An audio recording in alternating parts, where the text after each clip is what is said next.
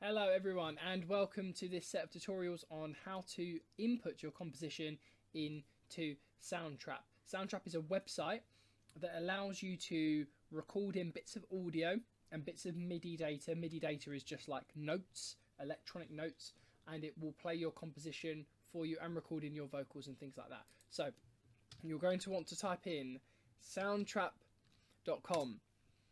And then when you start, it will ask you to create an account. You will need to do this with an email. It's absolutely free. There is a paid version. You will not want to use the paid version. You will want to use the free version, and you sign up with your email. Once you have then done that, you have the first window that looks like this. And if you want to start, you scroll down and you see this purple button that says Enter Studio, and you will enter the studio. And that will bring up the DAW, or the digital audio workstation. You guys are going to be creating some music. You can do podcasts on this if you want to, but we're going to do music and it's going to be a new project. So we're going to click on music. Okay, that is the first thing that we're going to do to set it up. Okay, next thing I want to do is tell my project how fast the music is going to be, the BPM. If you want to set the BPM up, what you do is you go down to the bottom and you will see the metronome here. You will then click. At the moment it's off. If you want it on, you click on it so that it is highlighted purple and it says on. Okay, then you can tell it how fast you want it to be. So I'm going to do my song about 92 BPM and I'm going to confirm. And then if I play my piece and I have the metronome turned on, I'll have my click like this.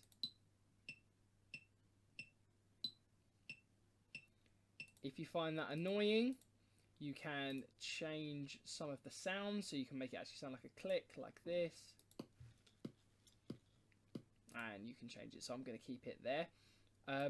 Along the bottom you can also decide what key you want your piece of music in, so I am going to choose C major and that will be set up for me. Okay, so now my session knows how fast I want it to be. I've got my BPM down here. It knows what key I want to be in, C major. I'm going to add some tracks. So I can either add an audio track, so a microphone or a guitar or something that I've plugged in that makes a sound, or I can add a MIDI track, and that is a track where I can input some computer data into the computer, some electronic data, and it will tell the computer what instrument to play, and I can always change it afterwards. So I go to here, top left hand corner, add new track. I'm not going to do an audio track, a microphone or anything now. I'm going to click on one of these virtual instruments, okay, and I'm going to click on piano. What will happen when you click on that, you will see the track is now up here next to where add track was before, and the instrument appears below you. If you want to get rid of this instrument because you don't need it, you can press the X. If you need it back, you press on the image of the instrument next to the track like this. Okay, I now want to play some chords in. I can either use a MIDI keyboard if I've got one, so a keyboard that's plugged in electronically to the computer, or I can use my actual computer keyboard and you will see the symbols on the keyboard here, so I can play some notes like that with my keyboard. So if I want to play some chords, I could play this note, here we go, and then E, and I can play these chords in. To record, I press this red button down here, okay, and I press that and it will give me a count in, and then I'm going to play my chords. 1, 2, 3, 4.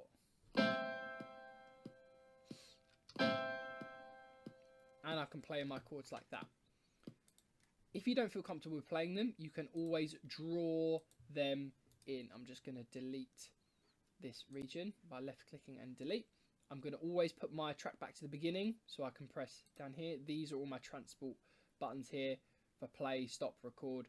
So to draw them in, I hover over the track and I want to draw in bar 1. I can see the bars up here, 1, 2, 3, 4, so bar 1.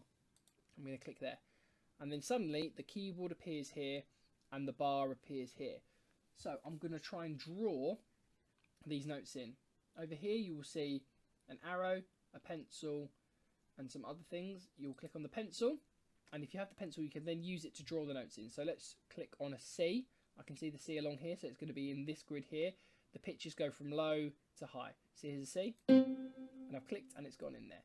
I can draw in an E, next note above, or if I want to, I can just cheat a little bit. I can press Alt, and then that will let me drag and copy and drop the next note here. I could even make a fancy chord. Let's go for like a C7, C major 7 there. Excellent, I've got that. Now if I wanted to be really cheeky, I could now copy and paste this chord, copy, drag this along to where I want to copy it, and then I can paste, and then I've got the same chord again. But if I want it to be a different chord, I can just highlight these notes, so I can highlight them, and I can move them all. So let's start them on a different note. Let's start on A. There's A, excellent. And now let's have a listen to my creation. I could even, if I wanted to, loop these. So let's click on this, press Shift, click on this, and then I can copy these, and I can paste them here. So I've got some chords. Let's have a listen.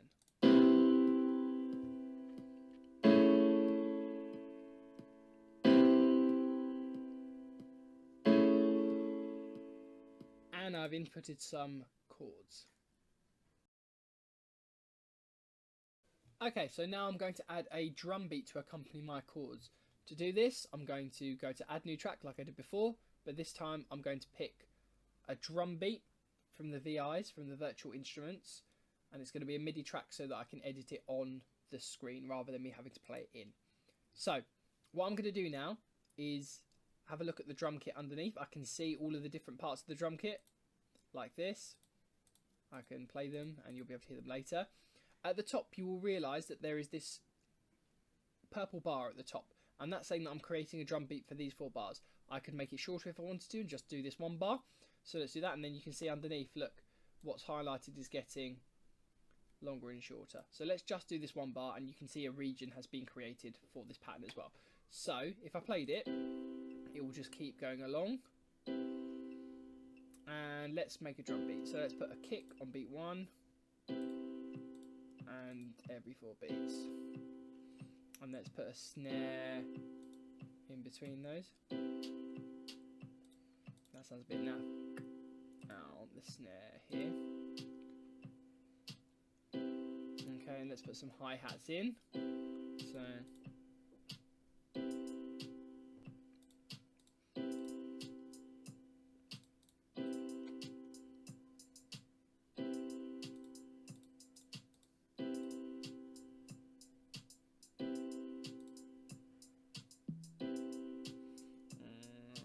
perfect, excellent. So there's my drum pattern.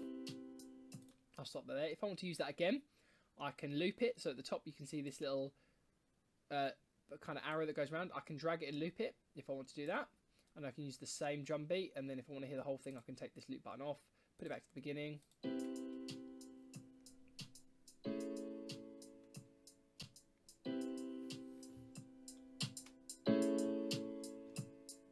If I wanted to do a different pattern, let's unloop this, let's go back. I could create a different pattern. So let's move my little recording bar up here.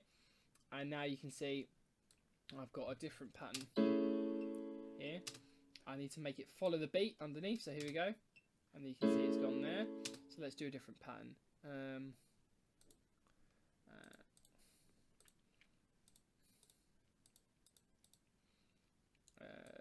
Let's do this.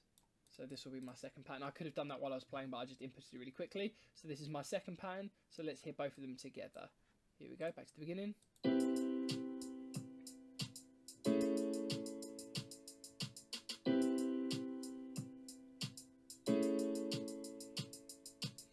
I can now, if I want to, copy and paste these two. So I click the first one, press Shift, click the next one, so they're both highlighted, and then I can do Control C and then Control V, and that'll work. Lovely. And then I've got my drum patterns and my chords together.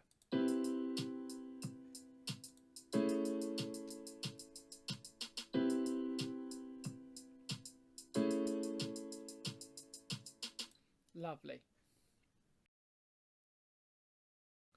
Okay, so I've got 2 tracks. I've got my chords, and if I wanted to, I could even label this up here, chords, and then I can double click on it and I can name this drum beat.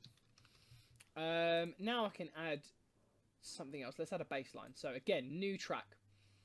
Let's go with, I'm going to go with, instead of a bass guitar, I'm going to go with a synth bass. So let's go here. Lovely. And then I can have a look at all of these instruments if I want.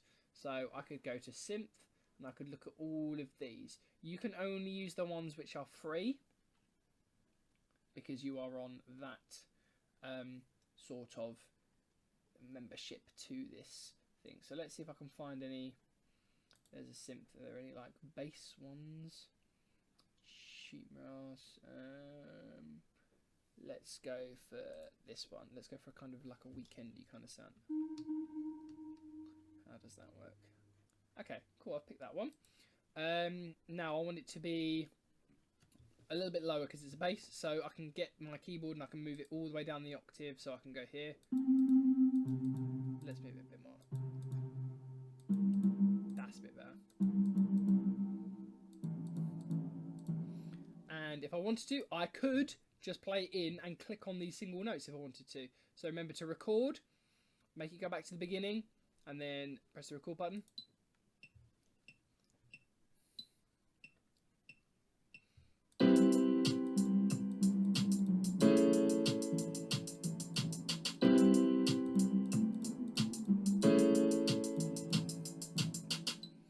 Okay, I've recorded my bass line. If I wanted to hear that just on its own, I can see it's recorded up here.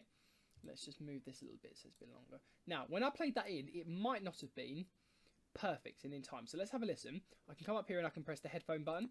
That means it's going to solo it and I'm only going to be able to hear this one. So let's have a listen.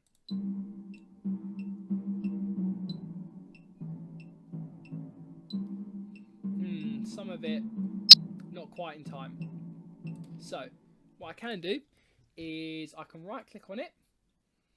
No, that won't happen. I'll have to double click on it. Double click on it and then it will come up. I can see all the notes of my little pattern here. And if I then highlight them all like this and right click, I can now do something called quantize, which is really cool. Quantize means it moves the notes so they are in time. What you want to always quantize it to is the fastest note that you're playing or the shortest length. So let's go for 16th notes quavers and move that, and you can see it move some of them slightly. Let's listen to this on its own now.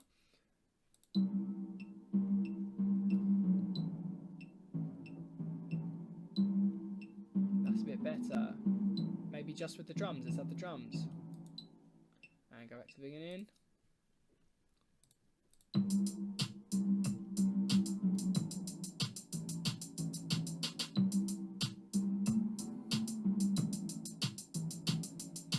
Okay, of course I drew that in by playing it. You can draw it in by literally getting the pencil tool and adding some other notes. So if I wanted another note here in between this one, I could draw it in like that if I wanted to.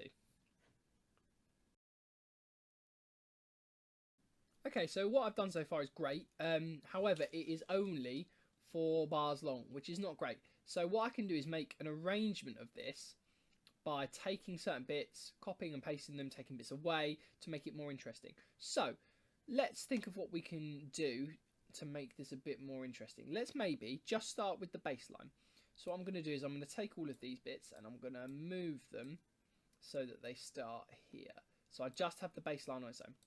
I can see this. I'm going to rename this bass line as well so that I know what I've got there. Excellent. That will have to be like this. Very good. Bass line. Fantastic. Now let's do the drum beat with it. So I'm going to take this bass line and I'm going to repeat it.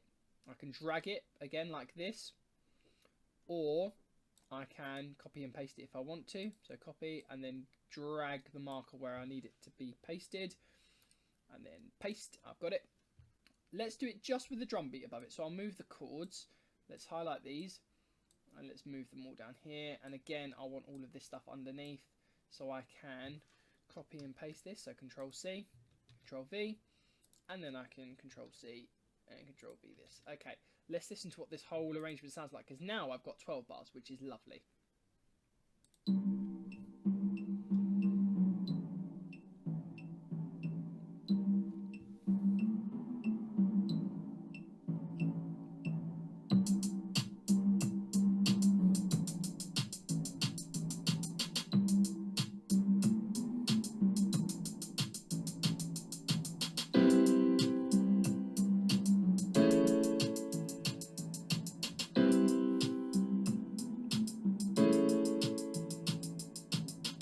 okay, if I wanted to, I could do loads of fancy things like maybe take some of the parts away for some of it.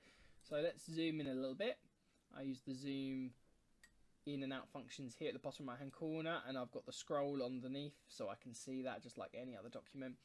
Let's maybe bring the chords in on their own for this bit and take the drums out here, and maybe we can take this bass line and pull it back so that it starts there. I also don't really like the sound of this keyboard, so I want to change it. I'm going to double click on the keyboard here, and let's maybe find another sound that I would prefer. Keyboard, let's go with a Rhodes instead. That's like a electric piano sound like that. Let's try this. Let's see what that's like. When I was playing that, I also had the metronome on. You can turn the metronome off when you're listening back to it if you want to. So you just use that toggle function at the bottom. So if your thing's not at the beginning, make sure down here, return to the beginning, and then press play.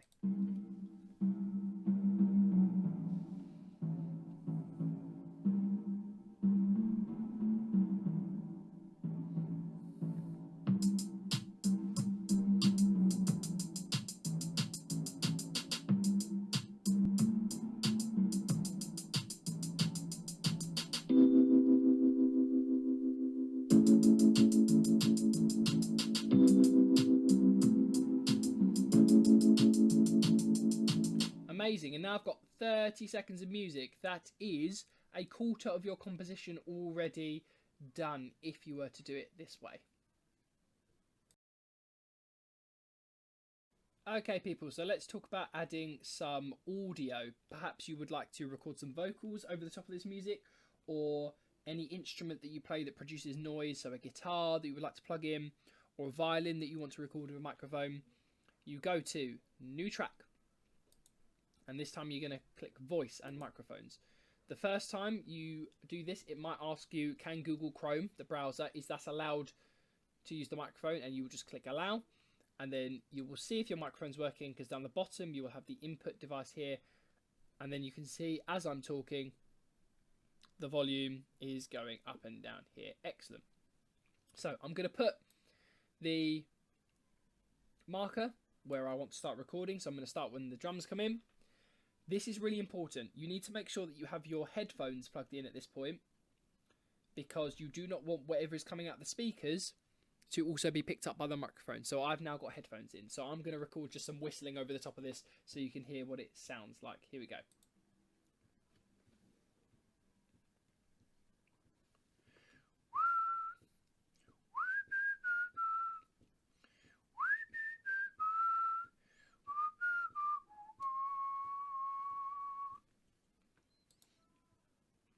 Alright, let's see what that sounded like. So I'll take the headphones out so you guys can hear. I'll turn it up.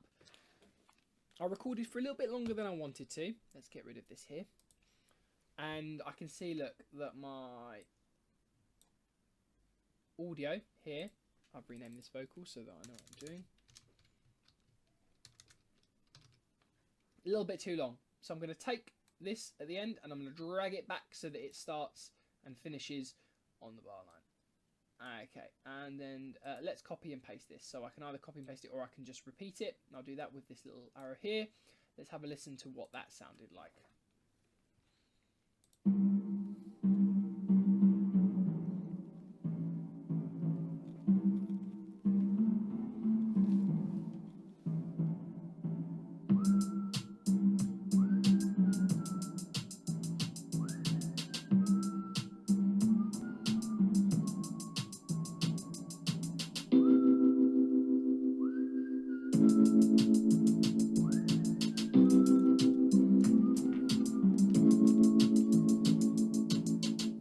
Not bad. Let's think about this. When the chords came in here, they were much too loud for my quiet whistling. So if you notice on each track, there's a little volume dial here. What you can do to turn it down is you grab the dial and you can just pull it so that it goes back. Let's see if this is better. So let's start it from here.